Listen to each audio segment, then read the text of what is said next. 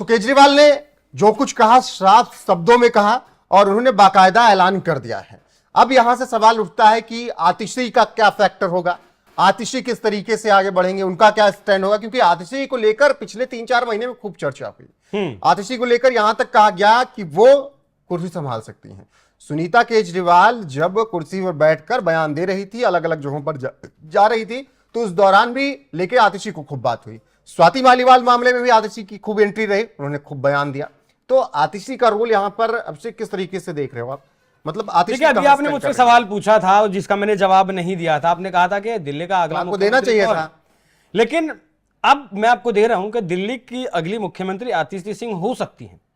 उसके पीछे का कारण मुझे ये नजर आता है कि जिस तरीके से आपने स्वाति मालीवाल का जिक्र किया, उस मामले में उन्होंने खूब रोना धोना भी किया और खूब प्रेस कॉन्फ्रेंस भी की, लेकिन जिस तरीके से 15 अगस्त पर अरविंद केजरीवाल ने चिट्ठी जेल से लिखी एलजी को कि मेरी गैर मौजूदगी में आतिशी सिंह को आप झंडा फहराने की इजाजत दें, लेकिन वो चिट्ठी नहीं पहुंची है। खुद अरविंद केजरीवाल ने कहा है वो चिट्ठी नहीं पहुंची और मुझे एक वार्निंग दी गई। वार्निंग क्या दी वो उन्होंने नहीं बताई। तो ये अहमियत दिल्ली, मतलब कोई भी राज्य का मुख्यमंत्री ही झंडा फहराता है, तो क्या अरविंद केजरीवाल ने वो एक भूमिका तैयार करने की कोशिश की थी? और जो ये संबोधन आज उन्होंने किया है, इस बात को वो बहुत पहले से सोचे बैठे थे कि जिस दिन भी उन्हें जमानत मिलेगी वो उस दिन इसी तरीके का प्रपंच रचेंगे और जाकर जनता के यहाँ पर एक सेंटिमेंट तरीके से खेलने की कोशिश करेंगे। एक डर नहीं होगा क्योंकि एग्जाम्पल बहुत पुराना नहीं है झारखंड का। सोरेन जेल जाते हैं, चंपई सोरेन मुख्यमंत्री बनते हैं। उस वक्त कहा जाता है कि सोरेन अपनी पत्नी को बना सकते थे, चंपई सोरेन ने फिर बगावत कर दी, पार्टी तोड़ दी। कुछ भी हो, उसका घाटा फायदा क्या होता है वो आगे देखा जाएगा, लेकिन बीजेपी के साथ चले गए चंपई सोरेन। डर नहीं है कि अगर आतिशी गई, मुख्यमंत्री बनी, तो पार्टी कहीं चली ना जाए। देखिए, उसके लिए शायद आतिशी हो सकती है, क्योंकि राजनीति में कोई किसी का दोस्त नहीं होता, कोई किसी का दुश्मन नहीं होता।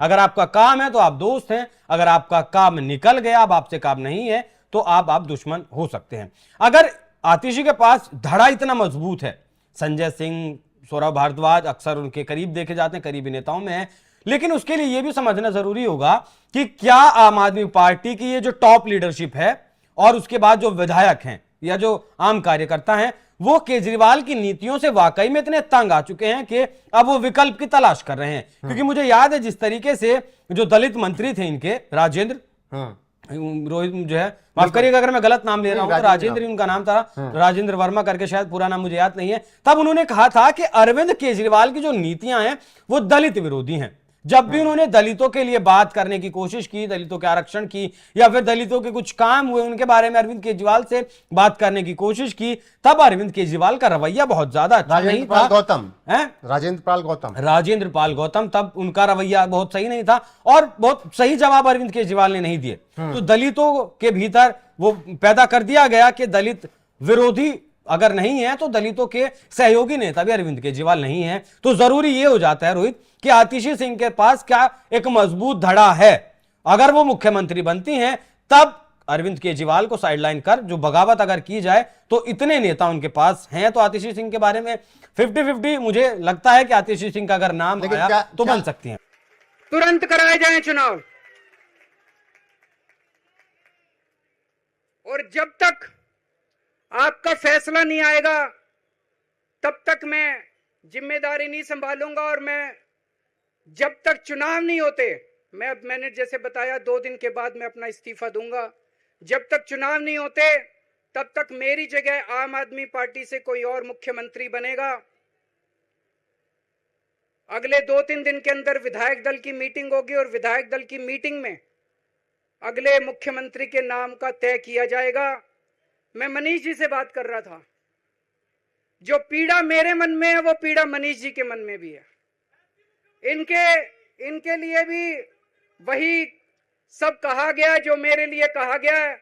मनीष जी का भी कहना है कि ये दिल्ली के उप मुख्यमंत्री और शिक्षा मंत्री और मंत्री का पद तभी संभालेंगे जब दिल्ली की जनता कहेगी कि मनीष सिसोदिया ईमानदार है।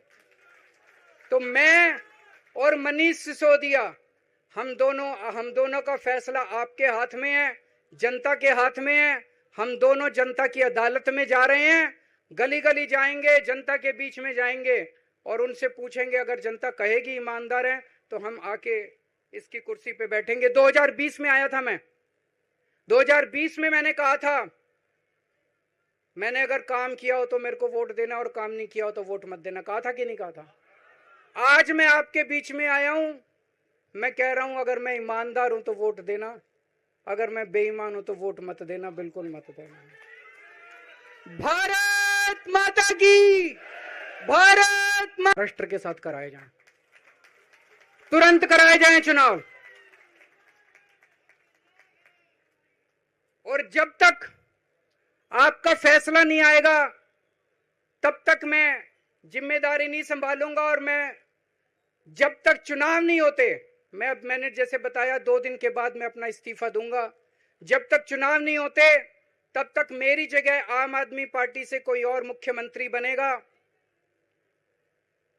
अगले 2-3 दिन के अंदर विधायक दल की मीटिंग होगी और विधायक दल की मीटिंग में अगले मुख्यमंत्री के नाम का तय किया जाएगा। मैं मनीष जी से बात कर रहा था, जो पीड़ा मेरे मन में है वो पीड़ा मनीष जी के मन में भी है।